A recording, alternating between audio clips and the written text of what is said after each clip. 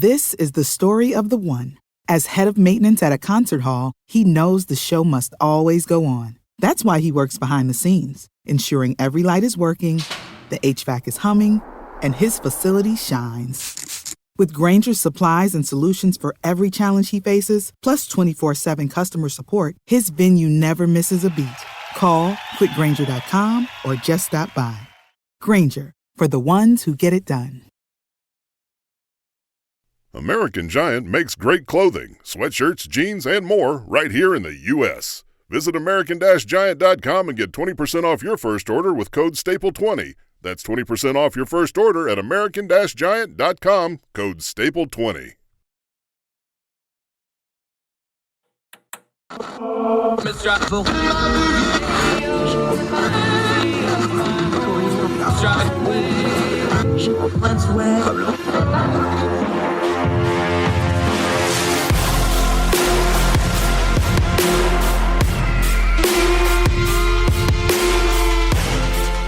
It's Hartel, one of our regulars when we go to economic type issues, and he is an economist, not a communist, as my daughter misheard me introducing him earlier when I said economist.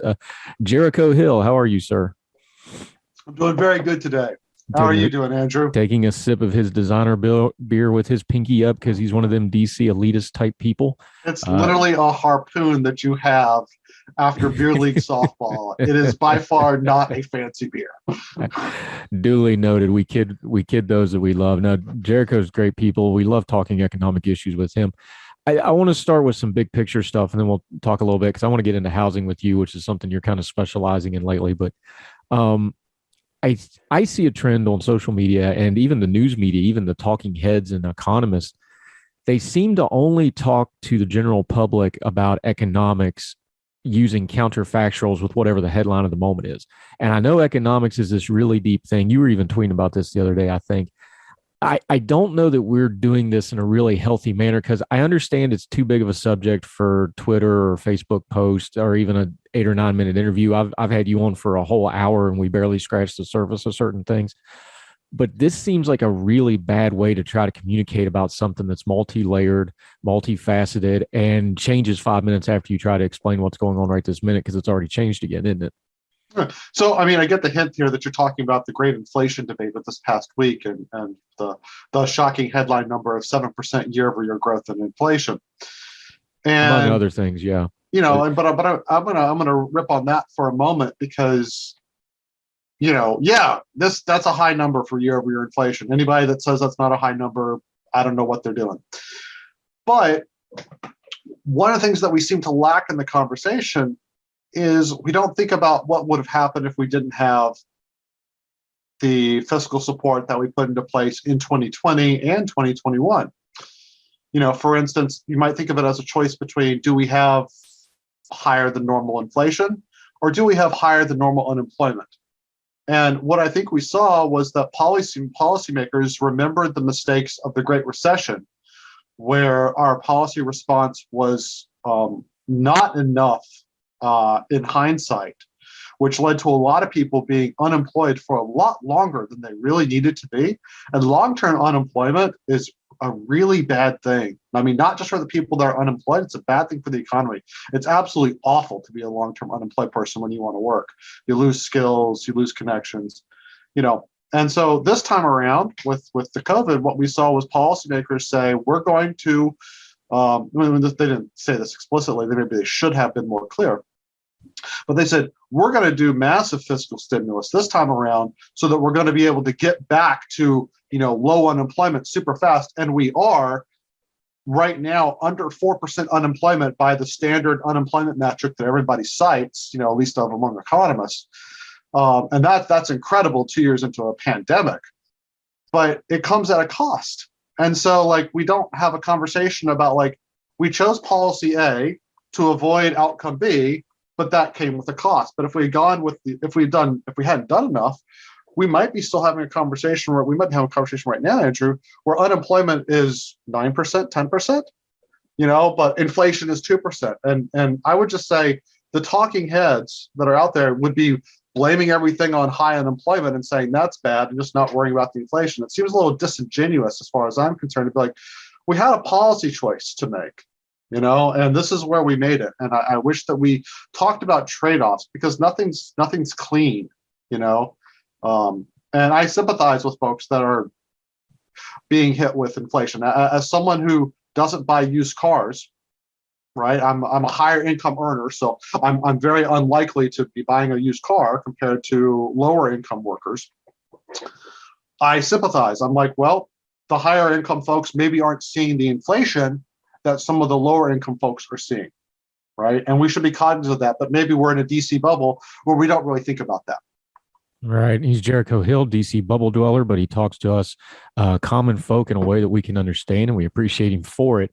I want to always remember that I grew up in South Georgia. I got to remember my roots. In South Georgia, which is a land of celebration as of late, but let's not rehash that horrible day. Hey, no, I do want to rehash that, because apparently the last play when Georgia won the national championship was on a 3rd down and 28 yards. So I can conclusively determine that the curse of Atlanta sports is now over. And just because he spoke it into existence, of course, it will not. I will remind you that the Atlanta Falcons are still a thing. Nevertheless, we will press on.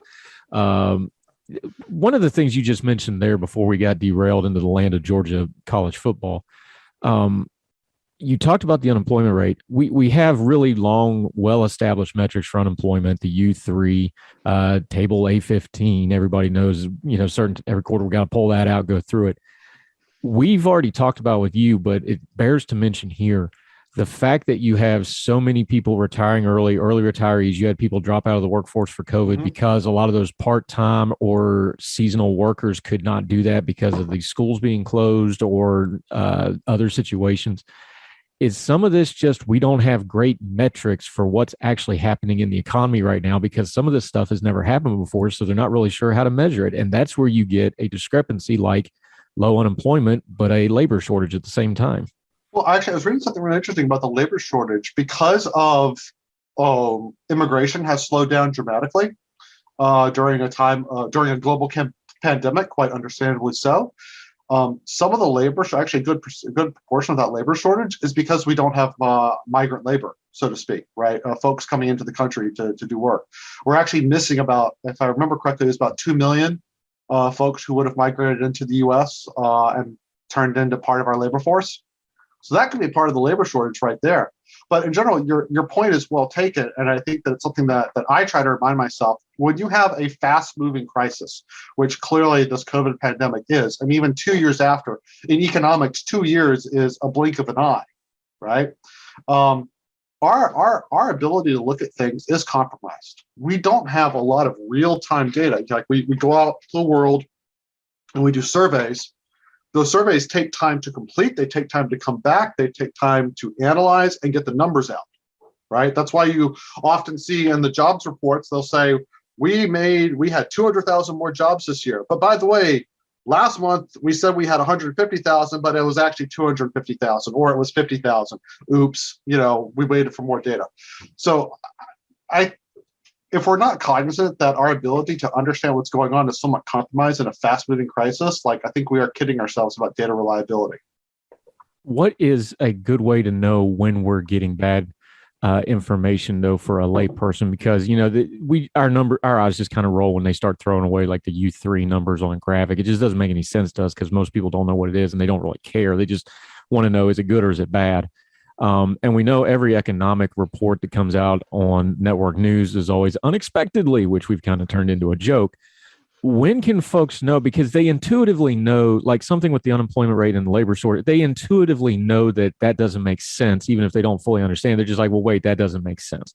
Or they understand when COVID happens and there's supply chain issues, that makes sense to them in a practical way. Is there a good way to get normal information to normal people that don't need, a degree in mathematics and microeconomics to kind of sort through this? Because another part of this is the public may not be reacting to what's actually happening economically because they just don't have the right information. So I think again, another good point from Andrew. Now, what I would say here is there's a joke about economists, right? On the one hand, this is happening, but on the other, something else, right? I think if you're listening to econ reporters and economists, and they're not in a time of crisis, hedging and saying, yes, we're seeing this, but this could also be the case because we are in a time of much uncertainty. Maybe that's a quality signal, right? I would much rather hear from economists and reporters who say, well, this is what we're seeing, but there are these other things that are out there that we don't know about yet. And I'd have a lot more confidence hearing something like that, at least what's being reported to me is being reported in good faith and is as accurate as they can make it, right? So like with the inflation unemployment earlier, I tried to say, look, there was a trade-off. I don't know where the median American, lies on that trade-off with it exists. I just think we should have communicated that a bit better to folks, and be cognizant of that when we're thinking about what could be happening. I know commentators like me who just do the political side of it. Not to pick on them, but they're in the chair. That's how it works. President Biden and the Democratic leadership, what would you rate their messaging on the economy right now? A, B, C, D, F. Everybody's talking about their messaging is inconsistent and not great, but you as the economist, how's it been coming off to you? Solid C. Solid C. Do explain, sir. So I feel like this is one of those issues where like they should be taking a victory lap in the sense that, unemployment got down really low, really fast. And some of that is people leaving the labor force, permanently, retirees, as you mentioned earlier, retirees and whatnot. But generally speaking, I don't think when this crisis started that the median economic forecast had unemployment getting back down to 4% the way we measure it this early on. And I think that is deserving of a victory lap for the administration. But they also seem to sort of argue the technical correct and not sort of what feels right to people, and not think about the fact that there are distributional differences in what's going on. I think, the folks that, might have been, pushing, yes, inflation is transitory. And I still, myself personally, do believe inflation is transitory. But the rhetoric of inflation is transitory means, don't worry about it. It's not really going to be a thing in a year or two. But again, we go back to that family who's making $35,000 a year, who still has to go to work, right, in person because their job doesn't offer telework like some of those fancy pants people in DC. And their car broke down and they got to get a new car, but they got a car, but nobody's selling their cars, so used car prices shot up. So now they got to pay a lot more money for a used car. That's a real issue. And I think that maybe some more humility and some more getting outside the DC bubble might have been a good strategy for the Biden administration. So that's why I rate them as C. Like, honestly, like we've continued some policies under the Trump administration to come out of the COVID pandemic in a reasonably healthy for the economy manner. We still have supply chain issues that we hope that will resolve themselves, and I'm confident they will as we deal with the global pandemic sort of unwinds. I'm hoping that Omicron is the last gasp until this COVID becomes like flu 2.0. That would be really nice. And we might be beyond this by the end of 2022. But, let's not pretend that there's not a significant slice of the population that's hurting. Yeah, we're talking to Jericho Hill. We're going to talk about some of those things like the telework change in the economy. We're also going to get into a little bit of housing, which is kind of his area of focus outside of his day-to-day economic jobs. We're going to get into all that with him on Heard Tell right after this.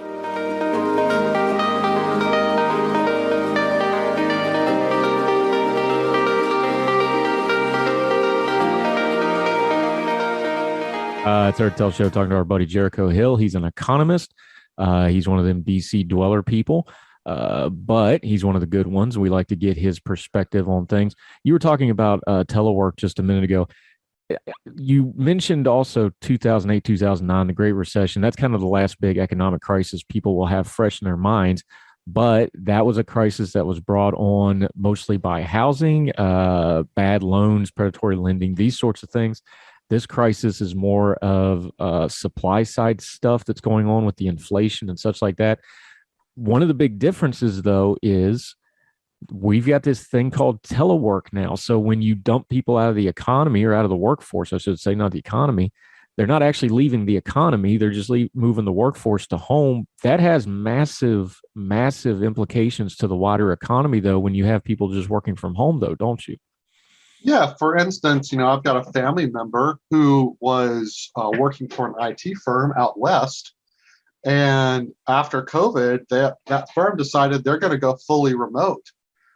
And so he moved from out west all the way down to Florida, completely up and moved basically to farmland in Florida where he can still do his job, and so that allows, I think, there's this new thing going on where certain white collar jobs, because for a lot of service sector and retail work that still takes place in person, so that's not subject to telework.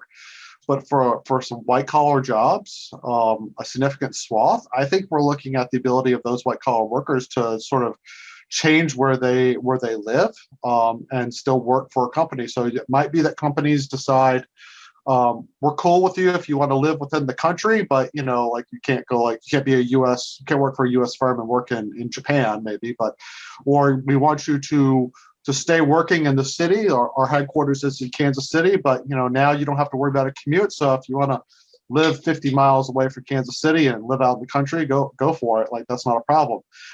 And I think that has, if we think about that, that has, obviously implications for the distribution of white collar workers in this country, their geographic location. That will play into what housing prices are. Look, the city that had the highest year-over-year price increase in housing is Boise, Idaho. That was not Idahoans moving to Boise, Idaho. Those were Californians moving to Boise, Idaho, right?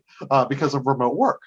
The other thing that I think we have to think about is, what does this do to the downtown workforce that was previously catering to the white collar workforce that now is more than likely working from home? What happens? Do these office buildings that are now vacant get repurposed into condos and apartments for like 20-somethings that want to live in high amenity, great restaurants, clubs, city life that a lot of people in their 20s want?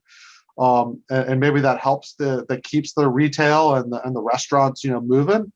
Or does the activity of our service sector also have to shift over to where people are now working? We're living. I don't know. We're obviously only 2 years into this, and we're only seeing little hints of it.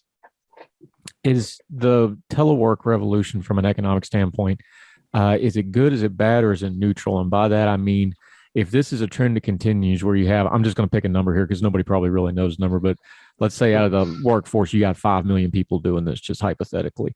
If you have any kind of a big number like that moving, but if it becomes a sustained thing of telework, is that going to be a good thing, a bad thing, or a neutral thing, economically speaking? Well, I first want to speak to it on a personal level. I think that if we have a situation where more people have a broader choice on where to live, right, and where to work, like, to me, that choice has to be a good thing, right, for the people, right. And obviously, again, there are costs, right? What happens to folks that worked in jobs that were previously concentrated in the city center, so to speak, the restaurant workers, right? Now, so I think telework overall, greater access to telework is probably, if you were to put a gun to my head, I would say it's probably a net positive for the economy, but that's an average. That's not the experience of everybody. And so I would hope that as we sort of think about, I think we should be planning for a world in which where you work and where you live is somewhat decoupled, right? It could be decoupled in the sense that maybe, I'm a DC, I work for the federal government. Maybe I don't need to live right near DC. Maybe I can live out in Loudoun County or, closer to the West Virginia border, a state near and dear, obviously, to your heart, because I want to live near the mountains and I don't have to worry about commuting. That could be, that could change the, where folks want to live, but, it could also mean,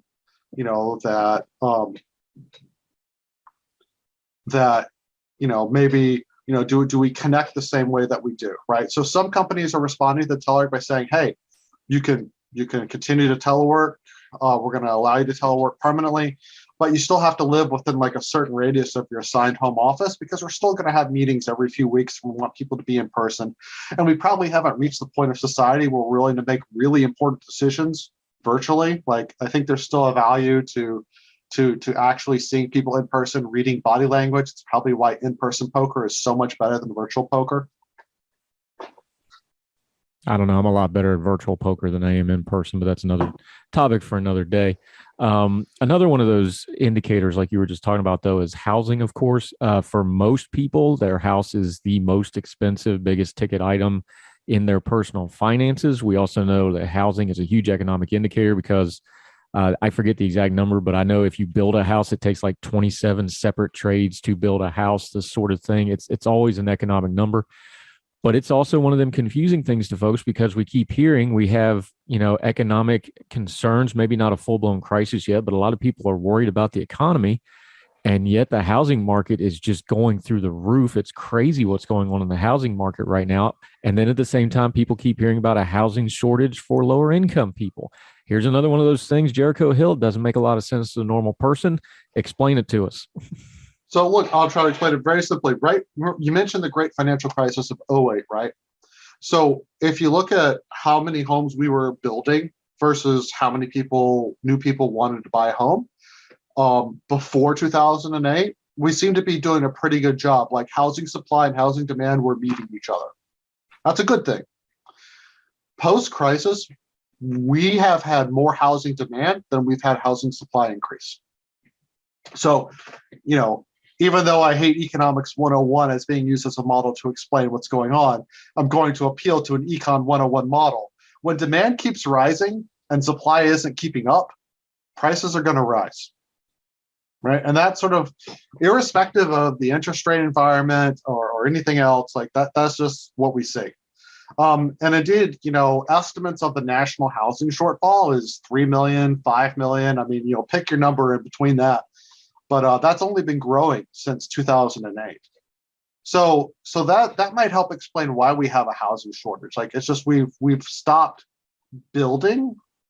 And some reasons because of that is one that a lot of folks might say is our zoning laws don't allow us to build the kind of housing that we really need to build.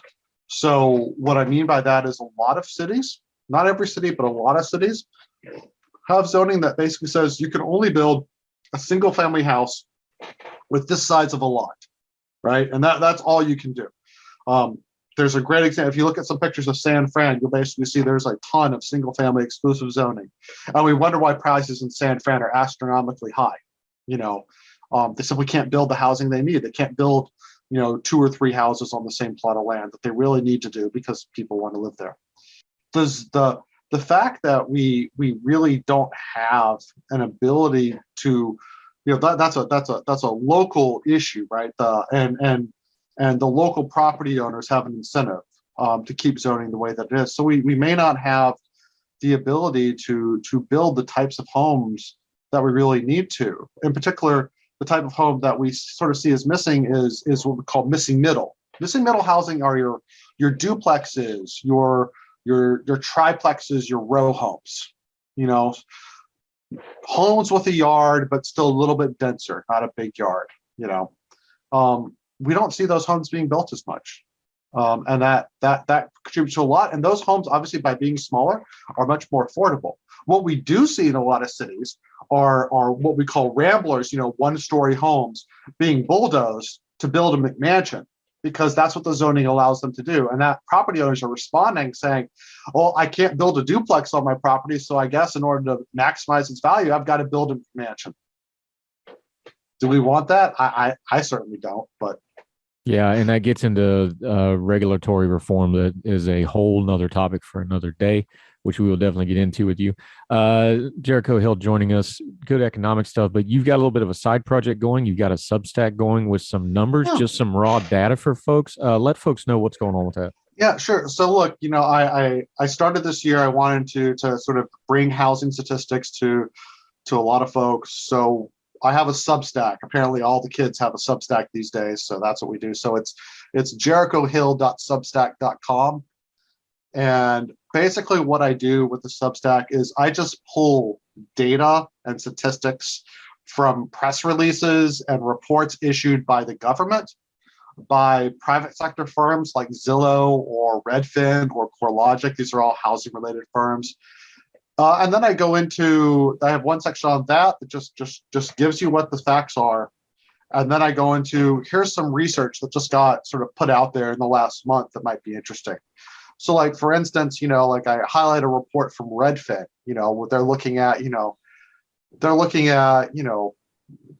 Redfin's looking at new listings, and they're saying that the data that they're seeing says that sellers might be more motivated. So we might see an uptick in housing supply being offered, so homes on the market, which would sort of start to sort of tamper down the sort of crazy house price rises that we've been seeing. But to go back to a point, like the other reason why we're seeing house prices rise so much, the millennial generation, which we have to remind ourselves are not 20-year-olds, these are like mid 30-year-olds, are millennials. They're entering their prime home buying years, and there's a lot more of them entering than there are boomers that are going to be, going into, assisted living facilities or dying off. And so that sort of extra demand is just going to keep housing costs it's a floor on housing costs. So it's hard to see housing getting cheaper. It's hard to see a housing price debacle collapse happening in the very near future. And on that happy note of death and getting put into a home, we thank Jericho Hill for his time. But that's just the reality of some of this stuff. You have generational change. You're going to have generational economic change to come along with it. We're all going to be there at some point, my friend. Tell some of us quicker than others, apparently. But we appreciate that. I love stuff like that product, though, because one thing we do this at Ordinary Times also, where Jericho writes with us frequently. Hint, hint, hint. We're waiting.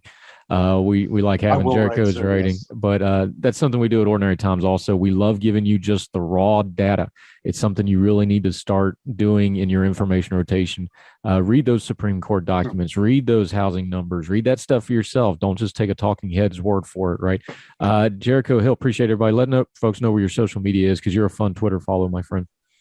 Yeah, so look, I'm on Twitter as Motoconomist. That's MOTOCONI. MIST, hopefully I spelled that right, but Motoconomist. And also got a Substack, the Jericho Hill, JERICHOHILL, a great Stephen King reference. I hope you get it, on Substack.com. And obviously, I write on Ordinary Times as Motoconomist, and I should have a piece out before the end of the week. So, as always, I appreciate Andrew having me around. I'm glad that he's feeling better. I look forward to more of these conversations in the future. Jericho Hill, thank you for your time today, my friend. Thank you for having me on. Yeah, you'll be a regular. Don't worry about it. Thank you, sir. Bye-bye.